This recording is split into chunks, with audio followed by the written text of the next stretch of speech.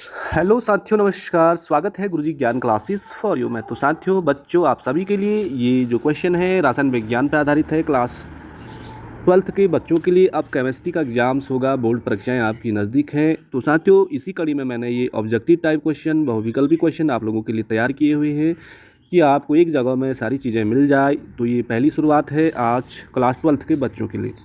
साथ ही दोस्तों, केमिस्ट्री प्रवक्ता जिन्होंने सब्जेक्ट केमिस्ट्री है उन लोगों के लिए भी इम्पोर्टेंट है और बेसिक क्वेश्चन भी हैं। तो पहला क्वेश्चन है यहाँ पे कि कोलाइडी विलयन में कोलाइडी कणों का आकार कितना होता है। तो दोस्तों बच्चों, इसका सही जवाब आप ऑप्शन नंबर 1 करना, 10 की घात -6 से 10 की घात -9 मीटर। ये कोलाइडी विलयन में कोलाइडी कणों का आकार होता है। सेकंड क्वेश्चन देखें, निम्नलिखित में से किस धातु का निष्कर्षण मेक अर्थ विधि से किया जाता है।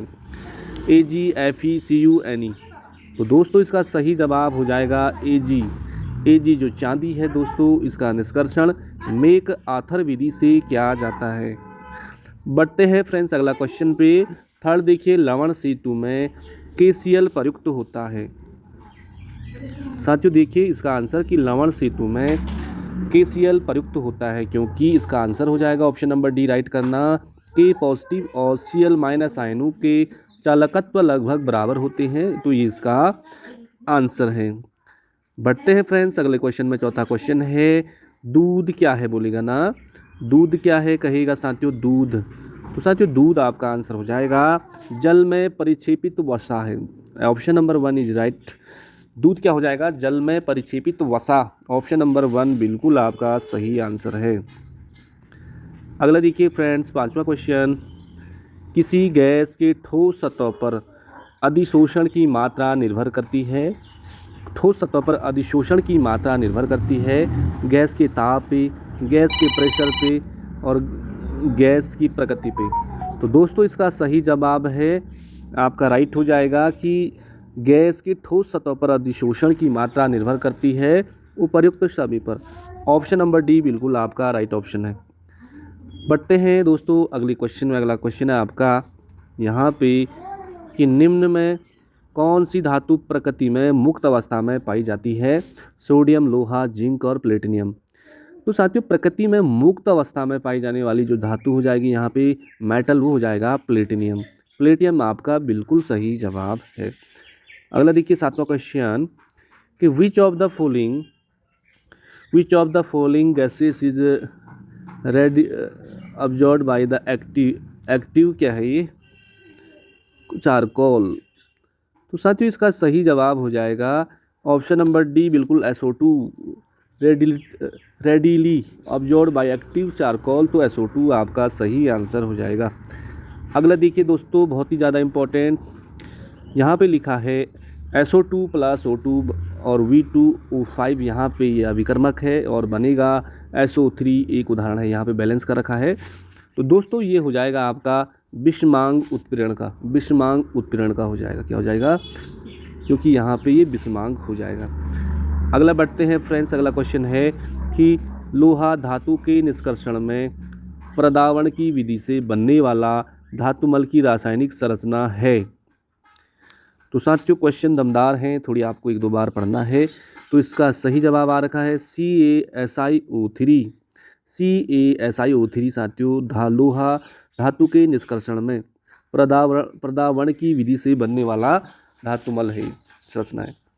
अगला देखिए दोस्तों, अगला क्वेश्चन है बहुत ही ज़्यादा इम्पोर्टेंट कि किसी अभिक्रिया के लिए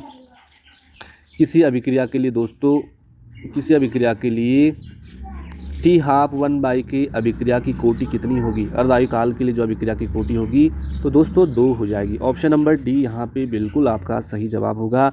अगला देखिए 29वां, किसी अभिक्रिया A डैश प्रतिफल के लिए T12 = 1/A³ अभिक्रिया की यहाँ पे हमें आपको कोटि बतानी है।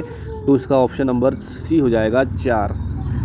बढ़ते हैं फ्रेंड्स अगले क्वेश्चन में। अगला क्वेश्चन है ऑब्जेक्टिव टाइप कि यहाँ पे देखिए NO + Cl2 बनेगा NOCl। अभिक्रिया के लिए गति समीकरण दे रखा है यहाँ पे, इस तरह से आप पढ़ लीजिए है। इस प्रतिक्रिया के लिए गति स्थिरांक का मान बढ़ता है, कह रहा है किसके कारण बढ़ रहा है। तो पहला ऑप्शन राइट है, तापक्रम के बढ़ने से। टेम्परेचर के बढ़ने से साथियों यहाँ पे यह अभिक्रिया हो रही है। अगला है 31, गति स्थिरांक की इकाई निर्भर करती है। गति स्थिरांक की इकाई साथियों निर्भर करती है तो अभिक्रिया की कोटि पर। ऑप्शन नंबर बी बिल्कुल इसका सही जवाब है। अभिक्रिया की कोटि पर गति स्थिरांक की इकाई निर्भर करती है। नेक्स्ट देखिए 32वां क्वेश्चन, किसी प्रथम कोटि की अभिक्रिया के 3/4 भाग को पूरा होने में 20 मिनट लगता है तो इसके 15/16 भाग को पूरा होने अर्थात 1/16 भाग अवशेष बचने में कितना समय लगेगा। तो साथियों ये तो अब सॉल्व करना पड़ेगा, लेकिन इसका आंसर है 40 minute. Option number D 40 minute है। नेक्स्ट क्वेश्चन देखते हैं, किसी शून्य कोटि की अभिक्रिया को 100% पूर्ण होने में लगा हुआ समय कितना हो जाएगा। शून्य कोटि की अभिक्रिया को साथियों 100% पूरा होना है तो वहाँ पे समय लग जाएगा A/K। अगला देखिए 34वां, किसी प्रथम कोटि की अभिक्रिया के वेग स्थिरांक K1 तथा अर्धजीवन काल T½ में संबंध क्या है। प्रथम कोटि वाले के लिए आपको तो साथियों इसका ये बिल्कुल याद करना है। अर्धायुकाल बराबर हो जाएगा T½ बराबर 0.693/K1 K1 हो जाएगा। ठीक है।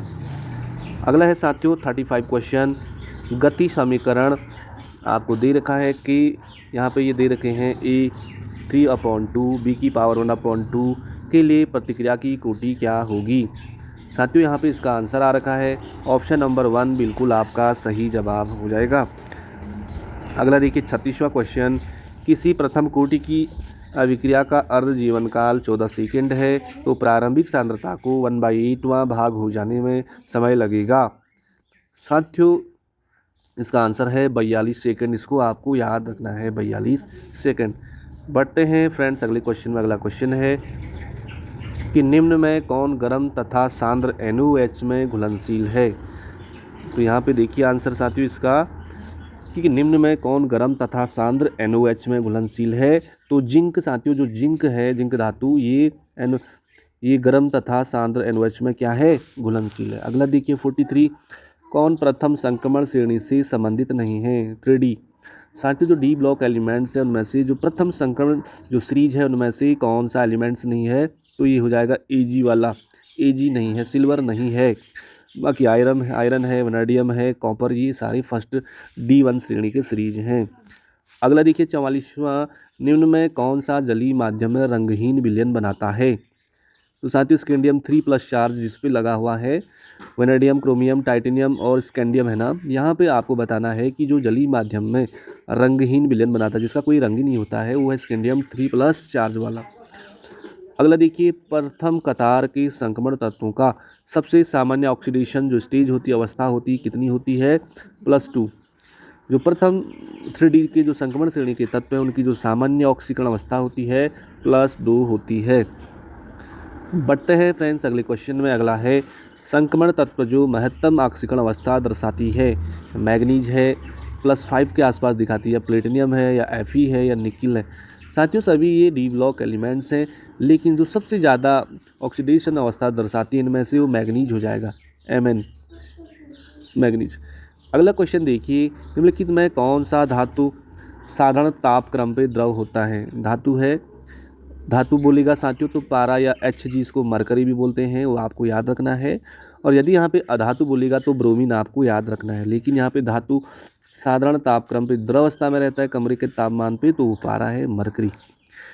अगला देखिए 48, निम्न में कौन सा अत्यधिक संक्षारक लवण है, कह रहा है। संक्षारक अमलगम भी बोलते हैं साथियों, HgCl2।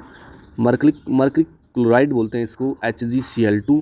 ये क्या है, अत्यधिक संक्षारक लवण है साथियों, अत्यधिक संक्षारक लवण है। साथियों ये क्वेश्चन तो छपने वाला है 49, आपको वैसे डायरेक्ट भी पूछ सकता है और ऑप्शन में भी पूछ सकता है इससे कि संक्रमण तत्वों का सामान्य इलेक्ट्रॉनिक विन्यास होता है। तो फ्रेंड्स इसको इस तरह से याद करना है, N-1 D में 1 - 10 NS 1 से 2, 1 या 2, ये ऑप्शन नंबर बी बिल्कुल आपका सही हो जाएगा। याद कर लीजिए इसको दोस्तों। निम्नलिखित संक्रमण धातु आयन जिसका चुंबकीय आघूर्ण अधिकतम होगा उसके बाह्यतम कक्षा का इलेक्ट्रॉनिक विन्यास क्या होगा, कह रहा है साथियों जो चुंबकीय आघूर्ण अधिकतम होगा इनका और उनके बाह्यतम कक्षा में कितने इलेक्ट्रॉन होंगे। तो देखिए 3d5 3d5 इलेक्ट्रॉन होंगे साथियों, बोले तो उनकी सारों कक्षाएं क्या होगी, खाली होगी, अनपेयर्ड होगी, तभी जाके उसका डाइपोल जो मोमेंट है वो हाई होगा। 3d5 जो ऑर्बिटल होगा साथियों इलेक्ट्रॉनिक विन्यास वाला, उनका चुंबकीय आघूर्ण सबसे ज़्यादा होगा, मीन्स ये बात हो रही है। अगला देखिए, निम्न में किस आयनन का विलयन रंगीन नहीं है। देखिए अभी हमने बताया था इन पे 3+ चार्ज वाले या 2 ये क्या है, लगभग ये रंग आयन का विलयन रंगीन नहीं है कह रहा है, रंगीन तो साथियों कॉपर कहेगा, कॉपर का, बाकी इनका रंगीन नहीं है, रंगहीन भी बोलते हैं इनको। सबसे ज़्यादा इसमें होता था वेनेडियम 3+ चार्ज का। किस आयन में अयुग्मित इलेक्ट्रॉन की संख्या सर्वाधिक है, आयरन में है, मैग्नीज में है, कॉपर में है, क्रोमियम में। साथियों अब यहाँ पे 2+ चार्ज लगा है मैग्नीज में, और मैग्नीज में इलेक्ट्रॉन की अयुग्मित इलेक्ट्रॉन की संख्या सर्वाधिक है ना। बाकी आप देख लीजिए Mn2+ चार्ज वाले में इलेक्ट्रॉन की संख्या, इसका एटॉमिक, सबके एटॉमिक नंबर आपको याद होने चाहिए। अगला देखिए, निम्न में कौन पैरामैग्नेटिक है। पैरामैग्नेटिक, डाईमैग्नेटिक आपने सुना होगा साथियों, तो लोहा Fe+2 चार्ज वाला, Fe+2 चार्ज वाला जो एलिमेंट्स है ये सबसे ज़्यादा क्या हो जाएगा, पैरामैग्नेटिक है। अगला देखिए दोस्तों 54 वाला क्वेश्चन, ये क्या कह रहा है कि कॉपर का जो एटॉमिक नंबर होता है 29, जिसको दर्शा रखा है यहाँ पे Z=29, 3d10 4s1 के यौगिक, बिल्कुल इसका इलेक्ट्रॉनिक विन्यास ही दे रखा है, यौगिक +2 अक्षीण अवस्था में स्थायी होती है। इसका कारण क्या हो सकता है, ये होगा इसका कारण ऑप्शन नंबर बी, कॉपर की +2 अक्षीण अवस्था ऊष्माक्षेपी प्रतिक्रिया से बनता है। ऊष्माक्षेपी का अर्थ हुआ साथियों जहाँ पे एनर्जी रिलीज होती है ऊष्माक्षेपी, तो ऑप्शन नंबर बी आपका बिल्कुल सही जवाब हो जाएगा। तो फ्रेंड्स इस वीडियो में इतने ही क्वेश्चन देखते हैं, आई होप आपको क्वेश्चन अच्छे लगते हैं। इसी तरह की लॉन्ग क्वेश्चन अगला वगैरह हम आपके लिए लाते रहेंगे। और साथियों जो टीचर शिक्षक बंधु बनने वाले हैं अपने भाई लोगों को शेयर ज़रूर करें एक अच्छी सोच के साथ, तो उन्हें भी अच्छा लगेगा। तो थैंक यू दोस्तों, मिलते हैं अगली क्लास में, तब तक के लिए बाय बाय, जय हिंद, नमस्कार।